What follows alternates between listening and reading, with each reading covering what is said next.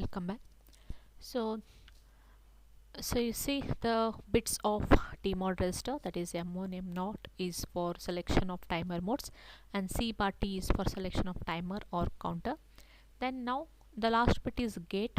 So this gate bit is used for selection of starting and stopping the timers. Okay, so both the timer 0 and 1 have the gate bit, you can see here. So both timer 1 having gate bit and timer 0 having a gate bit. So what is the purpose of this? What is the purpose? Why are going to use this gate bit? So the purpose is every timer has a means of starting and stopping. So some timer do this by software and some timer do this by hardware, and some have both software and hardware control. So the timers in the 8051 have both. Okay, so in order to start and stop the timers, okay, so here you are going to use a way of software by starting and stopping the timer, that is done by TR, that is stands for timer start. Okay, and the bits of that TR are TR0 and TR1. Okay, in order to start the timer you have to use a mnemonic called TR0 in front of instruction. So same thing, TR1 is for timer 1, TR0 is for timer 0. So now this is achieved by the instruction called set B, SETB. In front of that, if you write TR0 means it is going to start the timer 0. Okay, set means start, CLR clear means it is going to stop the timer. So which timer you are going to use to write the program, that will depend upon TRX. So X is, it may be 0 or it may be 1. So if you write for example SETB in front of TR1, then it is going to start the timer of timer 1. If you write CLR in front of TR1, then it is going to stop the timer of timer 1. Same thing, if you write SETB set B TR0, then it is going to start the timer of timer 0. And if you write CLR TR0, it is going to stop the timer of timer 0. So like this it is going to be achieved. Okay, so now set B instruction starts it and it is stopped by the CLR instruction. To start the timer set B, to stop the timer CLR, and which timer, that can be declared in terms of TRX. So if it is timer 0, TR0, if it is timer 1, TR1. You want to start the timer 0, you have to write SET set B TR0. You want to stop the timer 0, CLR, that is clear TR0. You want to start the timer 1, SETB TR1. You want to stop the timer 1, CLR TR1. Okay, so these instructions start and stop the timers as long as gate is equal to 0. So as long as gate bit is equal to 0, you can start and stop the timers by hard software. So again, to start and stop the timers you can achieve either by software or either by hardware. You want to try with software, you want to do with software, gate bit of each timer 0 and timer 1 must be 0. Suppose you are using timer 0, you want to start the timer by software, so gate bit of that timer 0 must be 0. Then you want to use timer 1 and you want to start the timer using software, then gate bit of that timer 1 must be 0. Okay, that time only you can use set B and clear. So these are the software instructions to start and stop the timer. Okay, so that's why we say these instructions start and stop the timers as long as gate is equal to 0 in the tmod register. Okay, so the hardware way of starting and stopping the timer by an external source is achieved by making gate is equal to 1 in tmod register. Okay, so here you can start and stop the timer either by software way or hardware way.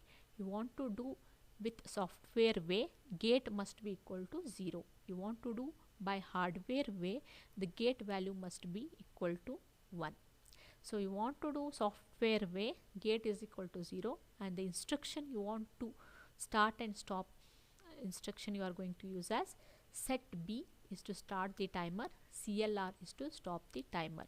Then if you write set B TR0, it is going to start the timer of timer 0. If it is TR1, it is going to start the timer of timer 1. So you want to stop those timer, you have to use CLR in front of TRX. So X may be 0 or 1.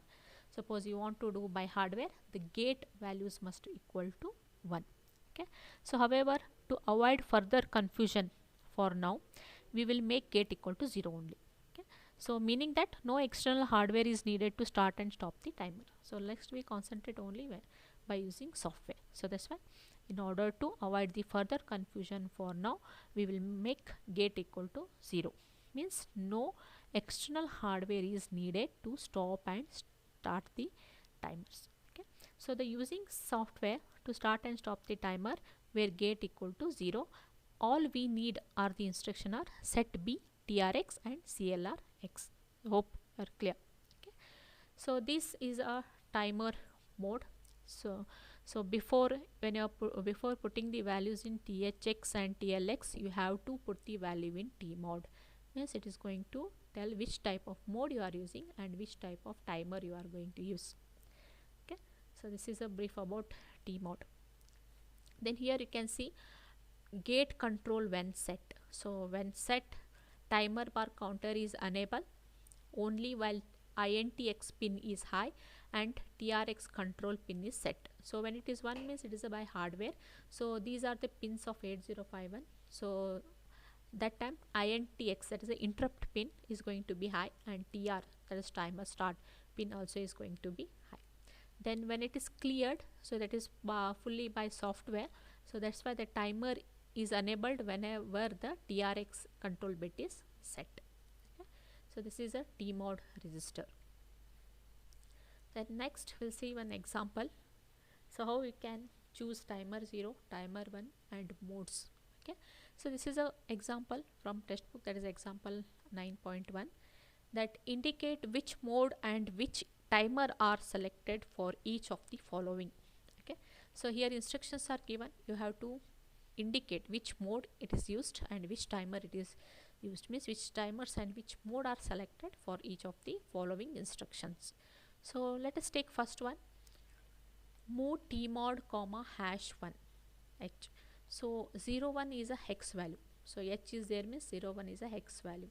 Okay, it will not convert to decimal, it takes it as a hex value. So hash means it is a pound sign, it indicates this entire instruction is a immediate addressing mode. Okay, and tmod you can write move tmod, this instruction is there because tmod is a 8-bit register, you see. Okay, so now you are moving 01 in tmod. Okay, so this is the structure of tmod, where lower 4 bits is for timer 0 and higher 4 bits, upper 4 bits is for timer 1. So when you move 01 in timer mode, so how binary form of 0 is 0 0 0 0, then 1 is 0 0 0 1. So these are the values are going to be moved to tmod register. Then from this value you can get an idea which type of mode is selected and which timer is selected. Okay, so here in timer 1 all are 0. Okay, so 0 means it's done by software. Okay, 0 means it is used as a timer.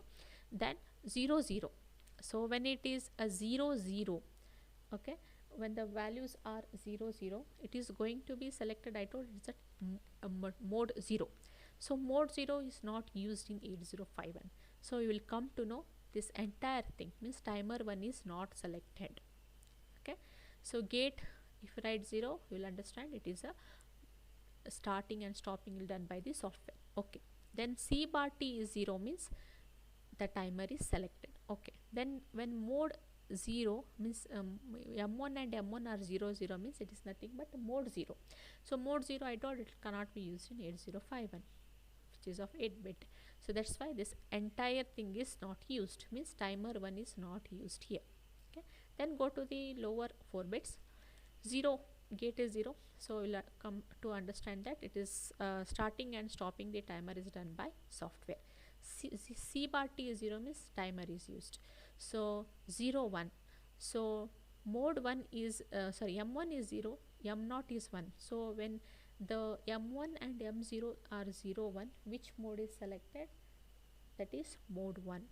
Okay, that is a 16-bit timer mode.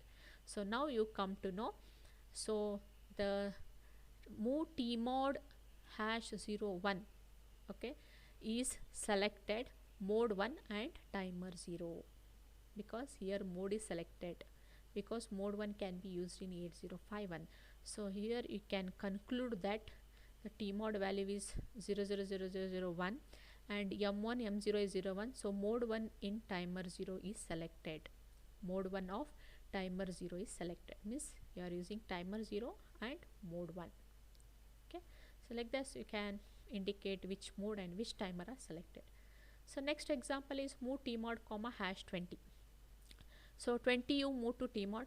Okay, so when you move 20 to tmod, so this is a tmod. So when you move 20, 2 is nothing but 0010 and 0 stands for 00. So here all are 0, right? So this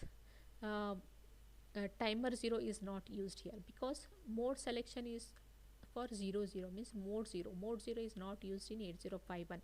So that's why timer 0 is not used. Then you go for the upper 4 bits. So here there is a value 10. So 10 means it is a mode 2. So that's why, so where it is mode 2? In timer 1. Mode 2 is present in timer 1. So that's why mode 2 of timer 1 is selected. Okay. Last example is move tmod #h12h. Okay, again you are moving 1 2 in tmod. So how you are going to write 1 2? So upper 4 bits is 1, lower 4 bits is 2. So upper 4 bits is 0001. So I hope all of you seeing the cursor. So 1 is 0001 and 2 is 0010. Then here you will come to know, for timer 1 the mode is 01 and the timer 0 the mode is 10. Okay, so now first we see timer 1. So gate is 0, C bar T is 0.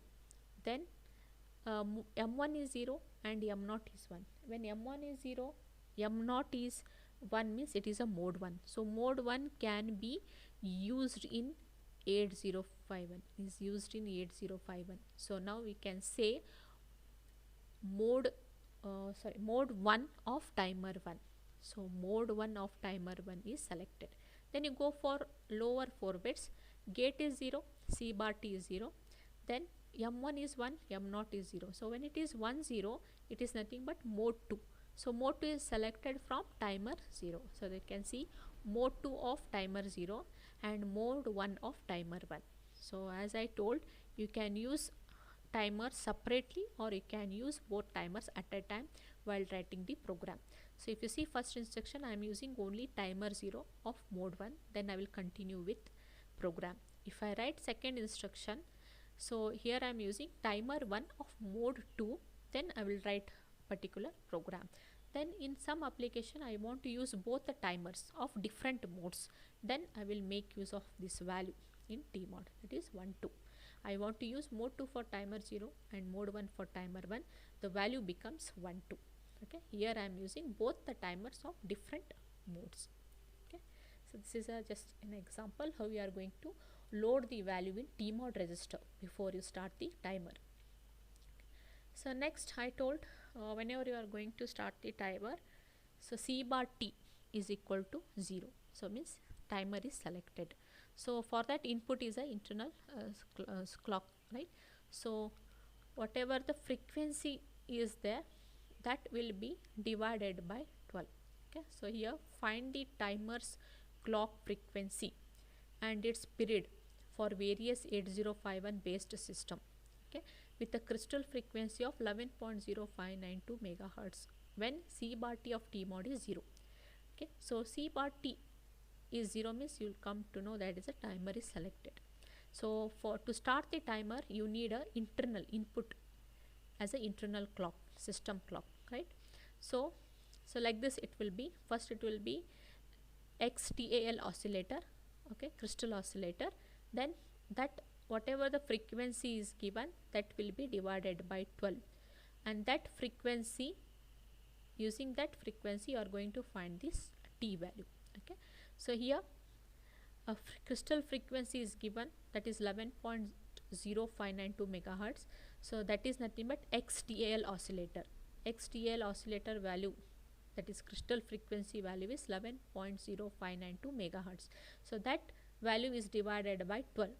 Okay, when you divide it by 12, you are going to get 921.6 megahertz. Okay, that is a frequency of the timer. And to calculate the speed of that timer, you have to do 1 divided by 921.6 megahertz. So you will get in terms of 1.085 microsecond. When crystal frequency is 11.0592 megahertz, the time, okay, speed is equal to 1.085 microsecond. Okay, that this is entire thing is going to be input for that particular timer. Okay, so if the crystal frequency is different, like 22 megahertz, then t value will be different. If it is 22 megahertz, that 22 megahertz will be divided by 12, you will get one frequency, and 1 divided by that frequency, you will get different time in terms of microsecond or some second. Okay, so that becomes the input for the timers.